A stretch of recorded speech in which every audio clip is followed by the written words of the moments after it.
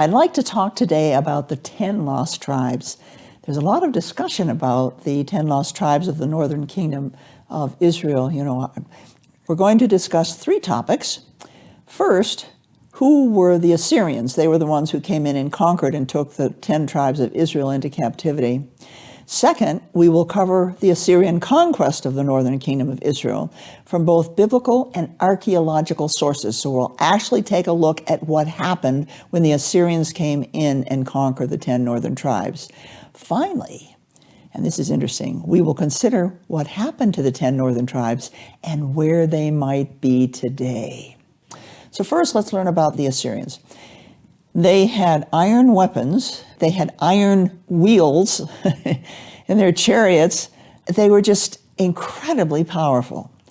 So this is an etching from one of the ancient sources. And you see the chariots, the iron wheels, they're holding iron weapons. And then on the left, you see the foot soldiers. They had siege warfare, and this is really kind of interesting because we can see it's on wheels. You see the wheels at the bottom.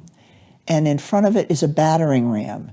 So the soldiers would be safe inside of this machine, and then they would move it forward, and the battering ram would knock down the walls. The ladder scaling up to the walls, to the city walls. And here's another battering ram. Not only were they extremely menacing in terms of their military power, but they also used psychological warfare. The psychological warfare was for the purpose of creating sheer terror. We read, "I cut off their heads." Now, the person is still living. "A pile of living men and of heads I set up against the city gate." So after they had conquered and they had all these people that they had killed and those that were going to be led into slavery are going to see all these dead people heaped up in piles. "I impaled men on stakes." That would have been while they were still alive.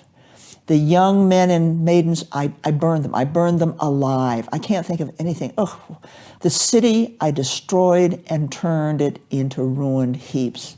Because of your raging against me," this is in Isaiah, and God is saying, "because of your raging against me and because your arrogance has come up to my ears." I call this the language of judgment. It's done as extreme exaggeration. God is saying, look, you're sinning. You're walking in ways that are not my ways. Therefore, I will put my hook in your nose. Now, that's the Assyrians would put a hook so that if you were being led into slavery, if you dropped behind, it would rip your nose out. "My bridle in your lips," same thing. If you dropped behind, it would rip your lips out. But the surviving remnant of the house of Judah will again take root downward and bear fruit upward. Terrible things may be happening in your life. But God knows. He knows this. And it's not necessarily because you sin. We live in a world where bad things happen. But just stand for God and know God is working towards something that will be absolutely wonderful, and you are going to be part of it. So let me show you the Assyrian Empire here. In 824 BC, so they were in the process of expanding, and they were coming down toward Israel. There was the northern kingdom, the southern kingdom, and of course they're going to hit the northern kingdom first. They had more than one capital: Haran, Nineveh, Ashur, from which we get Assyria, Ashur. And so they're moving down along the Mediterranean, so that in 722 was the fall of Samaria, was the capital of the northern kingdom of Israel, and that's when the 10 northern tribes were taken into captivity. And by 671, look how much they had conquered. Look at the light green, including all the way to Egypt. Now at that time, Judah, they weren't taken into captivity by the Assyrians, but they became a vassal state, giving tribute to the Assyrians and doing what the Assyrians told them. Israel, the capital is Samaria, and those are the 10 northern tribes. And Judah, That's that gold color. The capital is Jerusalem, and the two tribes remaining are Judah and Benjamin, and there's Jerusalem. Now I'm going to take you into the kings of Assyria because we hear about some of them in the Bible. So Tiglath-Pileser is also known as Pul in the Bible, and we read, in the days of Pekah, king of Israel, Tiglath-Pileser, king of Assyria, came and captured Hatzor and Gilead and Galilee, all the land of Naphtali, and he carried them captive to Assyria.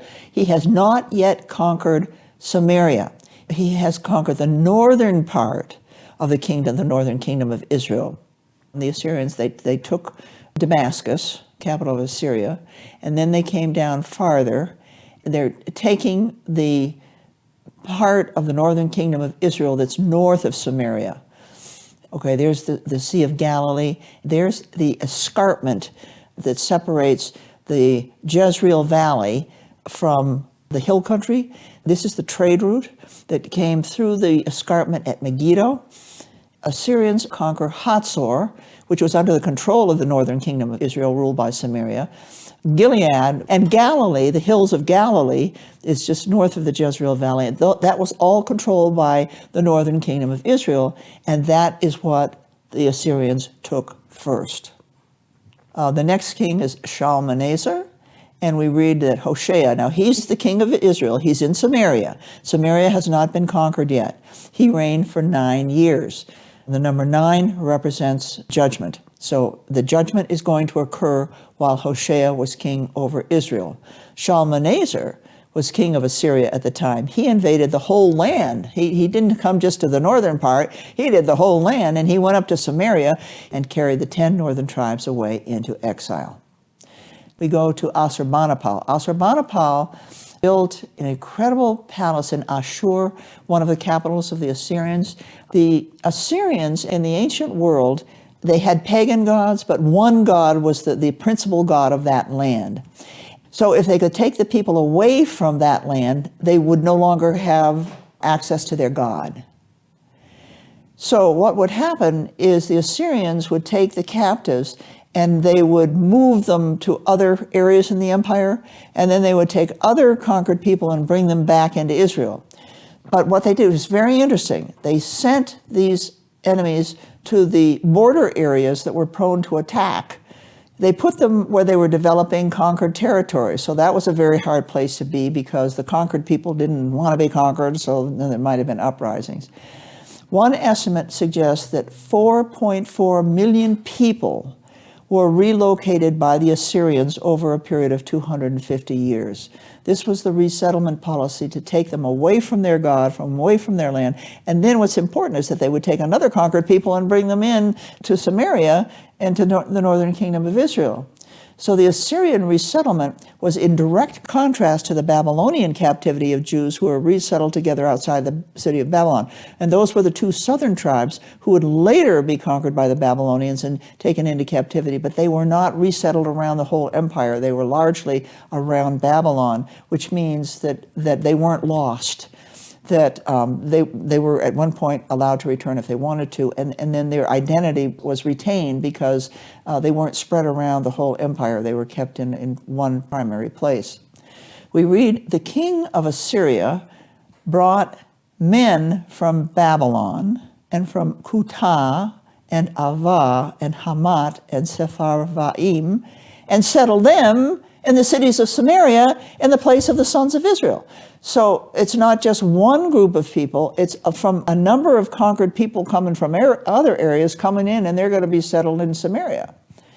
The city I destroyed and turned into ruined heaps, the people whom you have carried away into exile to the cities of Samaria do not know the custom of the God in the land, so the God of Israel has sent lions among us. So what's happening here is that the 10 northern tribes are dispersed all over the Assyrian Empire in difficult places, and then other conquered peoples are brought to Samaria. But they have left their gods behind.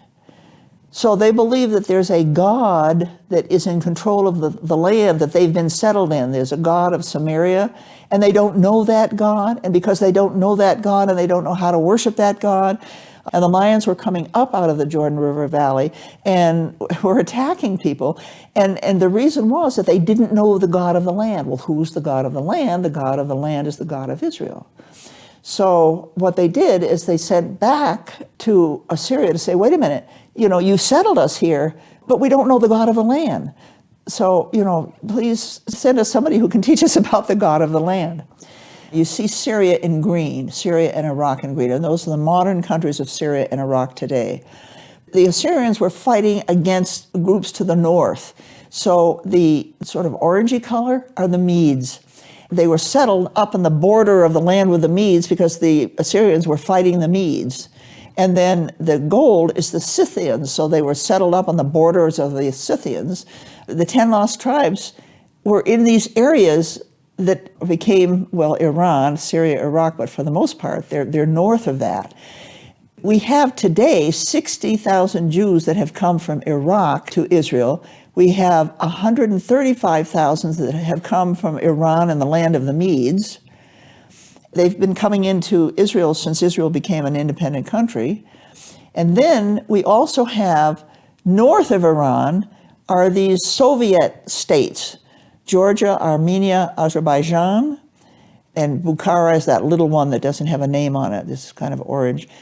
It's very interesting. My husband is a photographer, and he likes to capture cultures. And so he takes photographs of people doing something so that it can bring out the culture. And one of his recent trips was to what they call the stands. So he was with a couple that we know. There were the three. I don't go typically because I'm not a photographer, and they take forever taking pictures. And so I sometimes I go if I really want to see something. I go. I didn't go on this trip, but he brought back pictures, which was very interesting.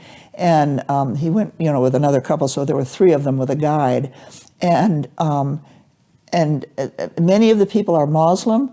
But there were Jews who were living and retained their Judaism and came out of these areas into Israel when Israel declared its independence in 1949.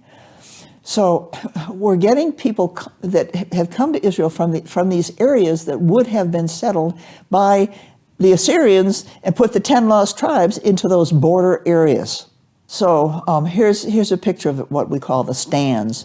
Kazakhstan, Uzbekistan, my husband just refers to them as the stands. We have 60,000 Jews that came from Iraq, and that would have been the Akkadian Empire itself.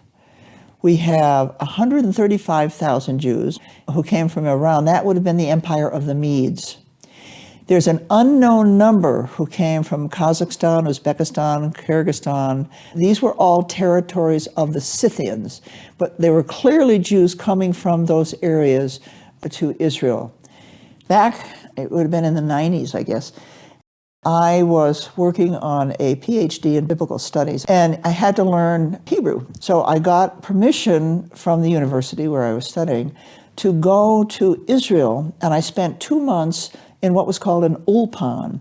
It was the mid to late 90s when the Iron Curtain had fallen in the Soviet Union, and Jews that were in Russia and the Soviet Union were coming into Israel. There were these schools called the ulpanim, that's plural, where these Russian Jews were sent to learn Hebrew. And I went to one of these ulpan with the Russians to learn Hebrew. And here's a picture of my class. Most of them were Jews, and I'm way in the back. And these were barracks for British soldiers. Well, the British had left, and so these barracks had been taken over as part of the school. So I was in one of the little rooms that were originally British barracks. This was a woman from Russia, one of the Russian Jews who had come, and she was in my class. And the lady invited me to come, and I spent the weekend with her. She wanted me to speak English so her daughter could learn more English. But she and I, the only way she and I could talk when her daughter wasn't around to translate was in our elementary school Hebrew. It was a wonderful experience. I'm going to end with the theories about where the 10 northern tribes are today. These theories all lack sufficient evidence. Bartolomé de la Casa in the 1400s claimed that the 10 lost tribes were in the West Indies, Peru, Guatemala. Antonio Montesinos was a Portuguese merchant in the late 1500s who said, I saw a Jewish Indian tribe recite the Shema and observe Jewish rituals. We have Benjamin Tudela, who wrote Book of Travels in 1166. He was from Spain, and he claimed there were Jewish tribesmen in the Arabian Peninsula that came from the tribes of Dan, Zebulun, Asher, Naphtali, and another large tribe from Reuven and Gad.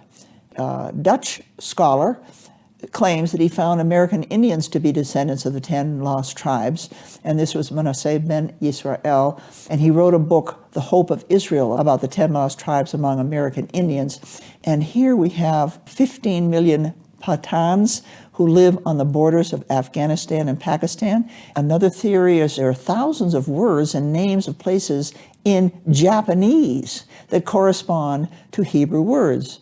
Daber in Hebrew means to speak. Dabaru, and I don't know whether I'm pronouncing it correctly, in Japanese for chatting. Kor is cold in Hebrew. Koru is to freeze in Japanese. Knesset is the parliament in Hebrew. Kensai is the constitutional government in Japan. The Lemba, a tribe of 70 to 80,000 who live in southern Africa, have customs which are similar to Jewish customs. They refrain from eating pork and so forth. Who are they?